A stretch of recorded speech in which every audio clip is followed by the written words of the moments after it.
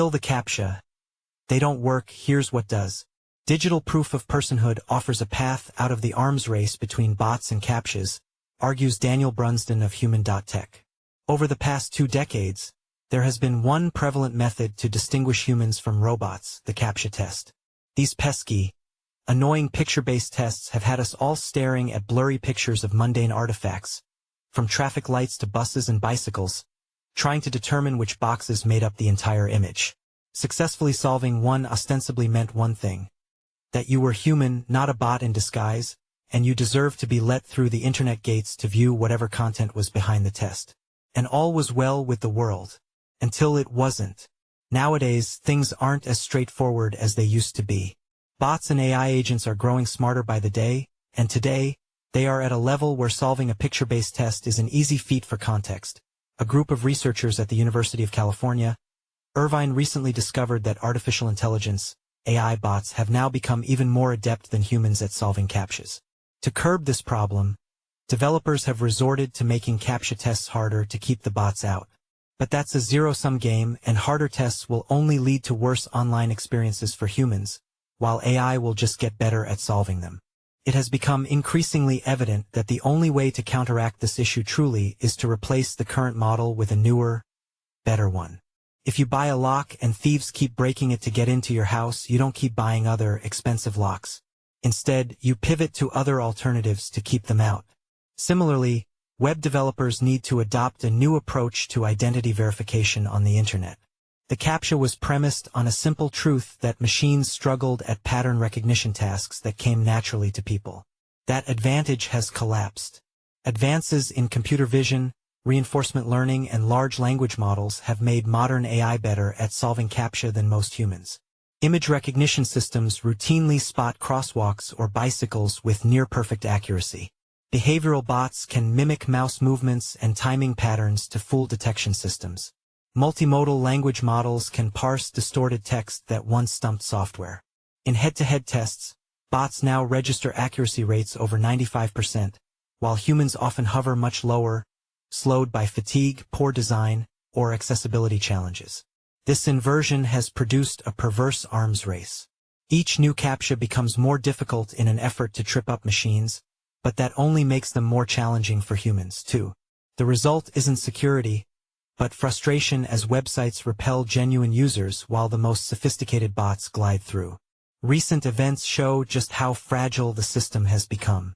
In mid-2025, OpenAI's new ChatGPT agent bypassed Cloudflare's "I am not a robot" check without detection. A year earlier, researchers at ETH Zurich demonstrated AI models that could solve Google's reCAPTCHA v2 image challenges with 100% success. These aren't isolated cracks. They're signs that the CAPTCHA's entire premise has collapsed. Online identity has outgrown the old problem it was designed to solve. Stopping bots from claiming free email accounts was once the central challenge. Today, the stakes are far higher, with the integrity of financial systems, the trustworthiness of elections, and even the distribution of humanitarian aid depending on knowing who is and isn't a real human being. CAPTCHAs were never built to handle problems on this scale.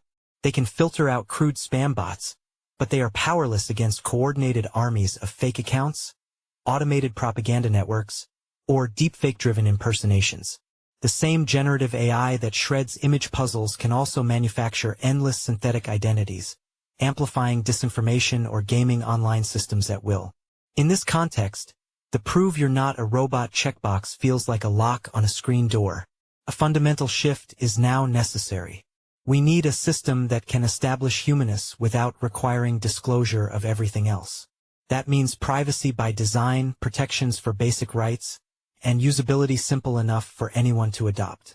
If we can't verify personhood in a way that is both trustworthy and humane, the digital systems we rely on will continue to erode under the weight of synthetic actors. If CAPTCHAs mark the end of an era, proof of personhood can mark the beginning of a new one. The goal isn't to reinvent puzzles for the web, but to establish a higher-order layer of trust, a way to confirm that a real human is present, without demanding more than that. A passport offers a helpful analogy. It doesn't reveal your entire life story at a border. It simply verifies that you are who you claim to be, and that you hold standing as a person in a recognized system. A digital proof of personhood can play a similar role online. Instead of distorted text or image grids, it would operate on principles that are, in the same way passports unlocked cross-border trust, digital proof of personhood could unlock cross-network trust.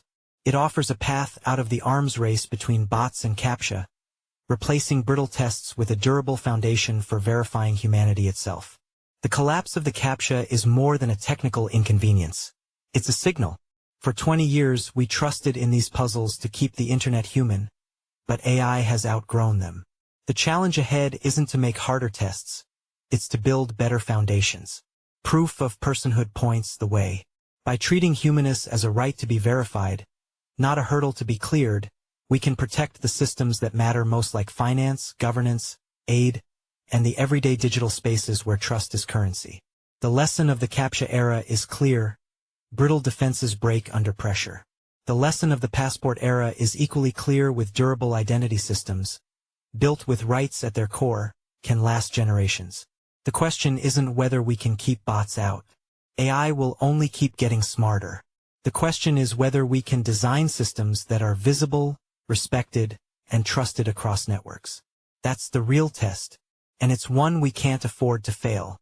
Human first and rights preserving. Designed around dignity and accessibility, not friction. Usable across contexts.